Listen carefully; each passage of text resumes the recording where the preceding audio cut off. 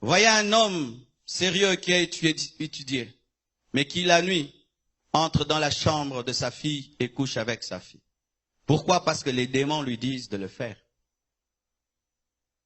Voyez un jeune enfant qui est sorcier, mais qui veut coucher avec sa maman, qui envoûte sa maman pour connaître sa maman, qui vient vers sa propre maman. Que des choses se passent dans les maisons des occultistes.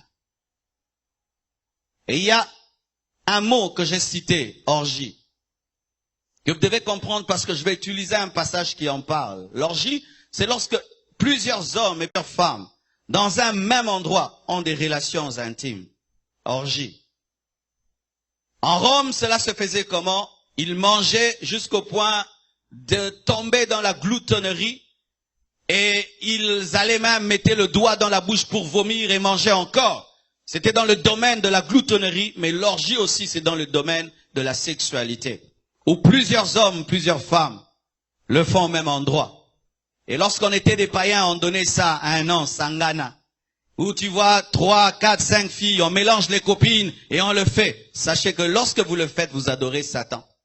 Dans les cultes sataniques, lorsque l'onction satanique atteint son comble, il tombe dans l'orgie. C'est pourquoi beaucoup de groupes de musiciens que vous voyez là, les danseuses, les musiciens, il y a un moment dans l'occultisme où ils se mélangent pour qu'il y ait unité de leur groupe. Et on voit des sœurs qui veulent chanter dans un groupe musical, des enfants de Dieu qui veulent chanter dans un groupe musical, disant que ce n'est que de la musique. Ce n'est pas que de la musique, il y a l'adoration du diable là-bas. Où le leader du groupe doit coucher avec toutes les danseuses. Si tu veux être danseuse, il doit coucher avec toi. Non pas parce qu'il t'aime, c'est un rituel satanique. Des orgies. D'autres couchent même avec des animaux. On appelle ça zoophilie. Tu vois quelqu'un qui aime son chien et tu penses qu'il aime bien son chien, il l'entretient. Il peut lui acheter tout et vous oubliez vous. Parce que ce chien, ce n'est pas un chien, c'est son mari. C'est son mari. La zoophilie. Mais il y a une pire des pratiques dans l'occultisme qu'on appelle nécrophilie. C'est le fait de coucher avec les morts. Quelqu'un meurt, il va la nuit, il paye l'argent à la morgue, il entre dans la morgue pour coucher avec un mort. Certains même qui travaillent à la morgue le font. Oui, le font.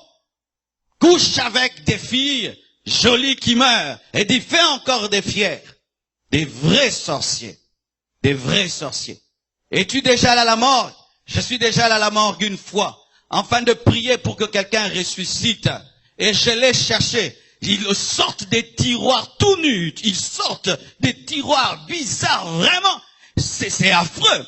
Tu ne peux pas. Un homme normal ne peut pas. Mais comment est-ce que tu peux? Tu dois être rempli des démons pour pratiquer la nécrophilie. Et il y a quelqu'un qui pose la question, quand tu allais ressusciter, est-ce qu'il est ressuscité?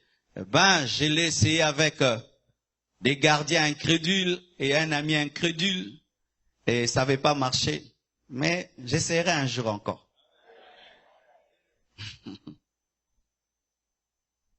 Tu vois un homme riche, mais lui, qu'est-ce qu'il fait? Il couche avec des cadavres. Tu vois un homme riche, qu'est-ce qu'il fait? Lui, il doit coucher qu'avec des vierges. D'autres doivent coucher avec une fille pendant qu'elle a sa menstruation. C'est là que vient le pouvoir. Pendant sa menstruation, il doit coucher avec une femme. Pendant sa menstruation, c'est là que lui vient la force. D'autres, il faut que la femme puisse boire toute sa sémence. Et c'est là que vient sa puissance. Ma sœur, les hommes que tu rencontres te demandent quoi? Quel genre de fantasmes ils ont? Un homme qui a des fantasmes sales, bizarres, démoniaques. Et tu dis non, ce sont ses préférences et ses goûts. Lui, il aime ça.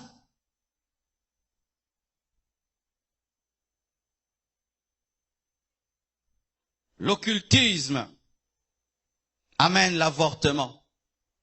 Parce que dans la parole de Dieu, il y a un démon qui s'appelle Moloch. Moloch, lui, il est spécialisé dans un culte.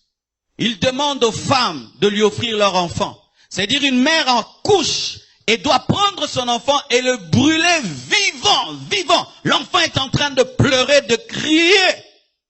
Et la mère offre son enfant ainsi. Il en est de même avec l'avortement.